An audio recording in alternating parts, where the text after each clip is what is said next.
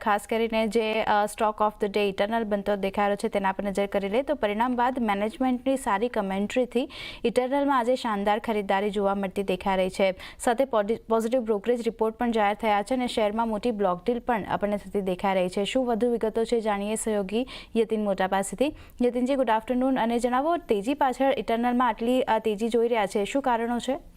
તો ગઈકાલે બી stock result બાદ 5% અને આજે લગભગ ઇન્ટ્રાડેમાં 13-14% જેટલો ઉપર ગયો હતો. 300ની ઉપર હવે સ્ટોક ટ્રેડ કરી રહ્યો છે અને ક્લિયરલી ઇટરનલમાં જે આઉટલુક છે એ મેનેજમેન્ટનું જોરદાર છે, જેના કારણે આપણે આ ટાઈપની તેજી કાઉન્ટરમાં જોઈ છે. ઇનફેક્ટ અગર વાત કરીએ તો માર્કેટ કેપ 3 લાખ કરોડના પાર થઈ ગયું છે અને Q1 આવકની વાત કરીએ તો લગભગ 70% વધીને 71,070 કરોડની આસપાસ પહોંચી છે. એબિટા બી અગર જુઓ તો માર્જિન્સ સારી રીતે વધ્યા છે અને પર્ટિક્યુલરલી ક્વિક કોમર્સની વાત કરીએ, જે ઘરે જે એકદમ તાબડતોડ બ્લિંકિટ કરિયાણું પહોંચાવે છે તેનામાં એક સારી ગ્રોથ છે. ઇનફેક્ટ મેનેજમેન્ટ લાગે છે 1%નો અહીંયા એબિટા ગ્રોથ બી આવશે, કારણ કે હવે ઇન્વેન્ટરી અને વર્કિંગ કેપિટલ મેનેજમેન્ટ તેઓ પોતે કરવાના છે. તેની સિવાય ફૂડ ડિલિવરી બિઝનેસ થોડોક વીક પ્રદર્શન રહ્યો છે Q1માં, પણ આવનારા જે ફેસ્ટિવ સિઝન છે, જે તહેવારો આવે છે Q2 Q3માં આવનારા ક્વાર્ટર્સમાં, તેના કારણે સારી માંગ વધશે, જેના કારણે બ્લિંકિટનો બિઝનેસ અને ફૂડ ડિલિવરીનો બિઝનેસ બંનેમાં એક ગ્રોથ જોવા મળશે. ઇનફેક્ટ જે મેનેજમેન્ટનો ટાર્ગેટ છે 2000 ડાર્ક સ્ટોર બ્લિંકિટ ખોલવાના, તેઓ ઓન ટ્રેક છે, જેના કારણે જે વેગ છે ઓવરઓલ અર્નિંગ્સને તે આગળ જતાં મળશે. વાત કરીએ પર્ટિક્યુલરલી જે બ્રોકરેજીસ છે, તો તેમને લાગે છે કે અહીંયાથી પણ લગભગ 350 થી 400ના વચ્ચેના લક્ષ્યાંક આવી શકે છે. અને પર્ટિક્યુલરલી બ્લિંકિટની ખોટની વાત કરીએ તો એ બી આપણને કરંટ ક્વાર્ટરમાં એક્સપાન્શનના લીધે જ વધતા જોવા મળી છે. તો ઓપરેશનલી નંબર્સ સારા છે, પણ જે એક્સપેન્શન કંપની કરી રહી છે તેના કારણે ખોટ વધી રહી છે. અને ઇટરનલની રોકડાની સ્થિતિની વાત કરીએ તો હવે Q1 FY26માં લગભગ 18,800 કરોડ રૂપિયા તેમની પાસે છે, જેના કારણે જે એક્સપાન્શન છે તેની માટે કોઈ ફ્રેશ કેપિટલ લેવાની કંપનીને જરૂર નહીં પડે. તો ખાસ કરીને આ વિગતો જે રીતે બહાર આવતી દેખાઈ રહી છે એને કારણે એક ફોકસ ઇટરનલ પર બનતું દેખાઈ રહ્યું છે. યતિન, અમારી સાથે જોડાયેલા રહેજો. તો જે રીતે જોઈ રહ્યા છે આપણે, એક સારા નંબર્સ અને ખાસ કરીને જે રીતે મેનેજમેન્ટ તરફથી કહેવામાં આવ્યું છે, ગાઈડન્સ આપવામાં આવ્યું છે, ત્યારબાદ એક પોઝિટિવિટી ઇટરનલના કાઉન્ટર પર આપણને બનતી દેખાઈ રહી છે. નીરવજી, કઈ રીતે જોઈ રહ્યા છો?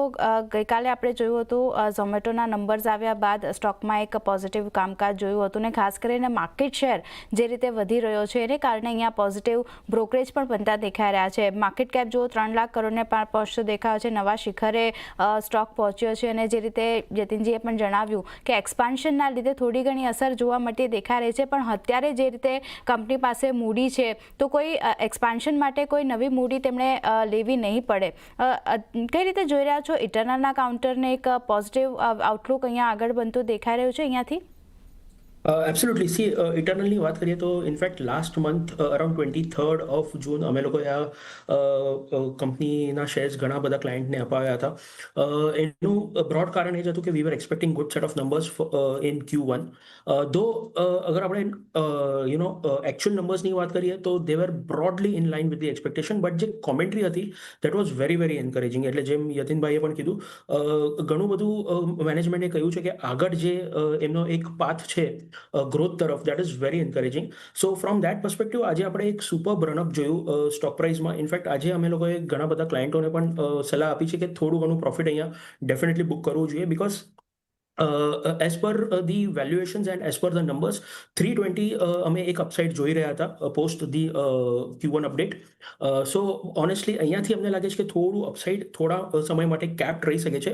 But having sad that, overall 1-2 વર્ષનો વ્યૂ બહુ જ પોઝિટિવ છે. જેમ આ લોકો બ્લિંકેટ તરફ એમનો જે એક ફોકસ છે, ઓલમોસ્ટ 1544 ડાર્ક સ્ટોર્સ ઓલરેડી થઈ ગયા છે, અને ડિસેમ્બર 2025 સુધી 2000નો એક ટાર્ગેટ સેટ કરેલો 2 ક્વાર્ટર પહેલા, અને ઓલમોસ્ટ દે આર રીચિંગ દેર.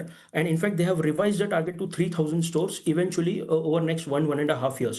સો જે મેનેજમેન્ટની એક રણનીતિ છે એ ડેફિનેટલી એ જ પાથ પર જઈ રહી છે, અને જે પ્રમાણે કેશ ફ્લોઝ પણ જનરેટ થઈ રહ્યા છે, અમને લાગે છે કે this should be a wealth creator. મેં આ ઘણીવાર પહેલાં પણ આ શો પર કીધું છે કે Zomato can be a multibagger. And a wealth creator for lot of investors. But from a short to medium term perspective અમને લાગે છે કે થોડું અપસાઇડ કેપ રહી શકે છે, કેમ કે 250-260 પર એક સારો કન્સોલિડેશનમાં હતો સ્ટોક, અને ત્યારબાદ એક સુપર બ્રેકઆઉટ જોયું આપણે ટેકનિકલી, અને બહુ જ જોરથી 15-18% જેવો વધી ગયો છે. સો ફ્રોમ દેટ પર્સપેક્ટિવ થોડું ઘણું પ્રોફિટ બુકિંગ ડેફિનેટલી અહીંયા કરવું જોઈએ. But yes, from a long term perspective જે લોંગ ટર્મ ઇન્વેસ્ટર છે ડેફિનેટલી હોલ્ડ કરીને ચાલો, બાય ઓન ડિપ્સની રણનીતિ અપનાવો, અને 260-270ના ઇન કેસ અગર લેવલ્સ દેખાય છે નીચેમાં, તો ત્યાં તમે પાછા એડ કરી શકો છો. વ્યૂ અહીંયા ઇટરનલ ઝોમેટો માટે બનતો દેખાઈ રહ્યો છે. ઘટાડે ખરીદારીનો વ્યૂ બની રહ્યો છે. જેની પાસે કાઉન્ટર છે તેઓ હોલ્ડ પણ કરી શકે છે. તો અહીંયા એક ખાસ ધ્યાન રાખવાનું રહેશે. પણ એ સાથે જ સમય